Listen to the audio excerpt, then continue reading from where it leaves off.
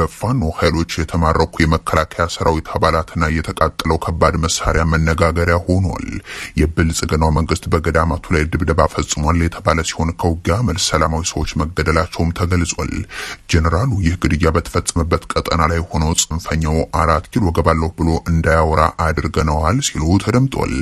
በተለያየ ጊዜ በተለያዩ የማሰልጠኛ ተቋማት በግዳጅ የሚሆን በውድ እየተሰባሰቡ የለበለብ ስልጠናዎችን የሚወስዱ የመከላከያ ሰራዊት አባላት ትርጉም አልባ በሆኑ የሀገር ውስጥ የእርስ በርስ ጦርነቶች ህይወታቸውን እየተነጠቁ ቀጥሏል።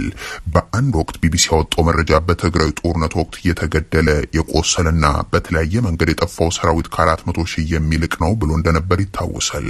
ከ6 ዓመታት በላይ በሆነው የኦሮሚያ ክልሉም ይሁን ወደ 3ኛ ዓመቱ እየተንደረደረ ባለው የአማራ ክልሉ ጦርነትም እነዚህ የደሃ ኢትዮጵያ ልጆች የሆኑ ታዳጊና ወጣት የሰራዊት አባላት በምን ያክል መጠን ተገደሉ፣ ቆሰሉ፣ ተማረኩስ የሚለው ቆጣሪ ለምና በርካታ በሚል ብቻ የሚገለጹ ናቸው።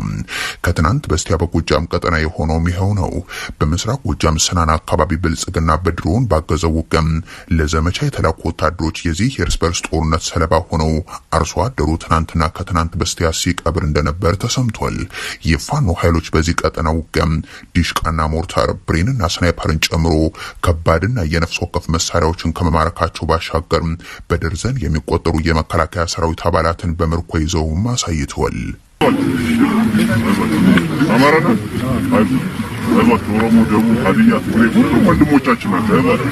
አባታችን ተማርኳል። እኛም ተደግመናል።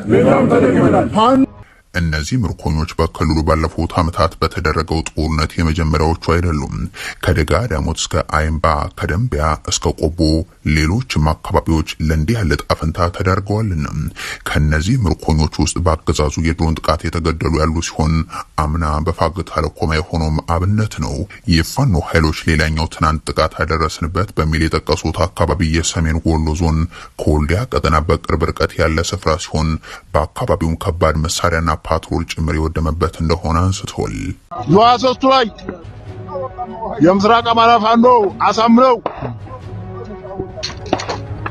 ይህ ጥቃት የተፈጸመው በወልዲያ ከተማ ዙሪያ ጥቁር ውሃ እስከ ሳንቃ ከተማ ባለው ስፍራ ጅራት በተሰኘ ቦታ በመከላከያ ሰራዊቱ የኮማንዶ አባላት ላይ ነውም ተብሏል።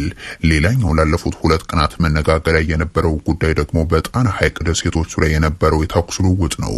የመንግስት ወታደሮች በሐይቁ ላይ ባሉ ደሴቶችና ገዳማት ዙሪያ ቅኝት ለማድረግ ያደረጉትን ጉዞ ተከትሎ በፋኖ ኃይሎች ጥቃት የተከፈተ ሲሆን ጀልባዎች እንዲሰምጡ ጭምር ያስገደደ ስለመሆኑም ነው የፋኖ ታጣቂዎች ገለጹት። ይህ ከሆነ በኋላ ትናንት የብልጽግናው መንግስት እንደ ደጋ እስጢፋኖስ፣ ደቅ፣ ኮታም፣ ናርጋና ወባ ኪዳነ ምሕረት ባሉ በደሴቶች ውስጥ ወደሚገኙ ገዳማት የከባድ መሳሪያ ተደጋጋሚ ድብደባዎችን መፈጸሙም ተሰምቷል። በክልሉ ከነዚህ ስፍራዎች በተጨማሪ ጥቃት የደረሰባቸው ቦታዎችም አሉ። ምዕራብ ጎንደር መተማም፣ ሰሜን ወሎ ላሊበላ ቀጠናም አይና አካባቢ እንደዚሁም በአዊ ዞን አየው ጓጉስ አካባቢ የነበሩትም አብነት ናቸው። በአዊ ዞን አሁዲ ተብሎ በሚጠራ ስፍራ በፋኖ ኃይሎች የተፈጸመ ድንገተኛ ጥቃትን ተከትሎ በርካታ የመንግስት ኃይሎች ለጉዳት ከተጋለጡም በኋላም የበቀል በሚመስል ሁኔታ የመንግስት ወታደሮች በአካባቢው ያገኟቸውን በቁጥር በውል ያልታወቁ ሰዎችን መግደላቸው ደግሞ የዚህ ጦርነት ዕለታዊ ማሳያ ነው። እንዲህ ሲደረግበት በኋላው አዊ ዞን የተጓዙት የምስራቅ እዝ አዛዡ ሌተናንት ጀነራል መሐመድ ተሰማ ደግሞ ፋኖን አስታጥቆ የላኩብን የውጭ ጠላቶቻችን ናቸው ብለው የተማረከባቸውን ጦር መሳሪያና ወታደርም ክደዋል። ከዛም ይሄን ጽንፈኛ ህልሙን አምክነነዋል። አሁን 4 ኪሎ ገባለሁ ብሎ አይናገርም። የሎጂስቲክስ እጥረት ማጋጥሞታል። ወደ ትናንሽ ቡድንነት ተበትኖ ቆሞም መዋጋት አቅሙን ነጥቀነዋል ሲሉም ተሰምቷል። እኒህ ጀነራል ይህን አሁን ብቻ ሳይሆን ከሳምንት በፊት ከዛ በፊትም ከዓመት በፊት አስቀድሞም ከ2 ዓመታት በፊት ደጋግመው ይናገሩት የነበረ እንደሆነ የሚታወስ ነው። የኤርትራ ድንበር ቢያንኳኳ ኤርትራ ወይም ሻዕቢያ በእኛ በኢትዮጵያኖች በእኛው ትውልድ የተገረፈ የተሸነፈ የጁንታው ጋር መቀሌ ሄዶ ቢያንኳኳ ጁንታው ራሱንም አላስጣለም። አይደለም በሳምንት 4 ኪሎ ሊደርስ በመንደር ውስጥ መቆየት የማይችልበት ደረጃ ላይ የደረሰ አጭበርባሪ ቡድን ግን ደግሞ በሚዲያ እያደናገረ ያለ ኃይል ነው። መሐመድ ተሰማ የትናንቱ የቃሊሙ ቀጠና የወደመው ዙ 23 እና ፓትሮልም ሆነም የስናኑ በደርዘን የሚቆጠር ምርኮኛ ግን ያቀረቡት ንግግር የሚደግፍላቸው አልሆነም። የመከላከያ ሰራዊቱ ጀነራሎች አዲስ የኤርትራ ካርታን አስተዋውቋል። በሻዕቢያ በኩል በበጎ የማይታየው ካርታ አሰብን ወደ ኢትዮጵያ የጠቀለለም ሆኗል። ለብልጽግና ሞታለሁ እያሉ ወታደሮቻቸውን ሲያስገድሉ እንጂ እርሳቸው ሲቆስሉ እንኳን የማይታወቁት ግን ደግሞ ካድሬ ሳይሆን ወታደራዊ አዛዥ እንደሆኑ የሚገልጹት የኮማንዶና የአየር ወለድ አዛዡ ሌተናንት ጀነራል ሹማ ብደታና አጋሮቻቸው በብላቴ ወታደራዊ ማሰልጠኛም ወጣቶችን ለማስመረቅ ተገኝተዋል። የነዚህ በየጊዜው የሚመረቁ ወታደሮች መዳረሻ ምን ይሆን? ከዚህ በፊት ለቁጥር በሚታከት አሃዝ የተመረቁ ኢትዮጵያውያንስ የት ገቡ የሚለው ጥያቄ እንደተጠበቀ ሆኖ በጀነራሎቹ ትናንት የታየው ካርታ ግን መነጋገሪያ መሆኑ አልቀረም። የመከላከያ ሰራዊቱ አዛዦች አሰብን ያካለለም የኢትዮጵያ ካርታን ሲረከቡም ታይቷል። ይህ በተለይም በሻዕቢያው መንደር በአዎንታ የተወሰደ አልሆነም።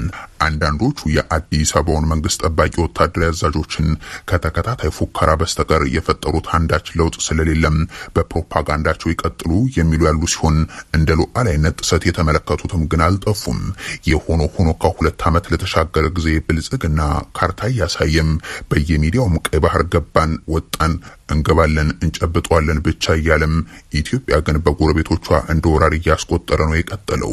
ይህንን በተመለከተ ባለፉት ተከታታይ ጊዜያትም የሰራዊትና የአሁን የቀድሞ አመራሮች ዛቻ በአብነት የሚቀርብ ይሆናል። 30 ዓመት ተኝተናል፣ አሁን ነቅተናል፣ ባህር በር እናገኛለን በቦሌም ሆነ በባሌ። ይሄን ነገር እጃችን ላይ ማስገባት አለብን። አሰብ የኤርትራ አካል አልነበረም። አሰብ የወሎ አካል። በጉልበት የወሰዳችሁትን በጉልበት ይመለሳል። 130 ሚሊዮን በላይ ህዝብ ከ60 ኪሎ ሜትር ያነሰ የውሃ በር ላይ ቆሞ ታፍነሙት ቢሉት ማንኛውንም አይነት ዋጋ የምትከፍልለት ስራ ማን አይነት ብሔራዊ ፍላጎት ለጋራ ጥቅም ካልዋልክ ደግሞ እሱ አይቀርም። ስለዚህ አሰብን አስቀራለሁ ብለት ይጠፋል። እንዲህ ያለው የሚዲያ ፕሮፓጋንዳ ቢቀጥል መሬት ላይ ግን የተፈጠረ አንዳች ለውጥ የለም። ለዚህም ነው በፓርላማው ሳይቀር ይህንን ጉዳይ የሀገር ውስጥ ችግሮች መበርታታቸውን ተከትሎ እንደ አጀንዳ እየተጠቀማችሁበት ነው የሚል ጥያቄ ቀርቦ የሚያውቀው። ከሰሞኑ እንኳን በፓርላማው ቀይ ባህር በሚዲያ ብቻ ሆነው የምንገባበት የሚል ጥያቄ ቀርቦ እንደነበር ይታወሳል። ከአንዳቸው ሀገራት ጋር የተጨበጠ ወደብ ሳናገኝ በሚዲያ ብቻ እያወራን የበይ ተመልካች ሆነን የምንኖረው እስከ መቼ ነው? የሆኖ ሆኖ ትናንትና ሌተናንት ጀነራል ሹማ ብደታ ያሳዩት አሰብን ወደ ኢትዮጵያ የጠቀለለው ካርታ ሌላ የቃላት ጦርነት መገለጫ ሆኗል። በእርግጥ በአዲስ አበባው አገዛዝ በኩል እንዲህ ያለው ከካርታ ጋር የተገናኘው ፕሮፓጋንዳ አዲስ አይደለም። ባለፈው ዓመት ፕሬዝዳንት ታዬ አጽቀሥላሴ በተገኙበት ጠቅላይ ሚኒስትሩም እንደ ሜጋ ፕሮጀክታቸው በሚቆጥሩት የኮንቬንሽን ማዕከል ውስጥ የአፍሪካ ሀገራት የውጭ ጉዳይ ሚኒስትሮች ራት በተጋበዙበት ሁነት እዩልን ተብሎ የቀረበው ካርታ ኢትዮጵያን በአሁኑ ወቅት የቀይ ባህር ባለቤት አድርጎ ያስቀመጠ እንደነበር ይታወሳል።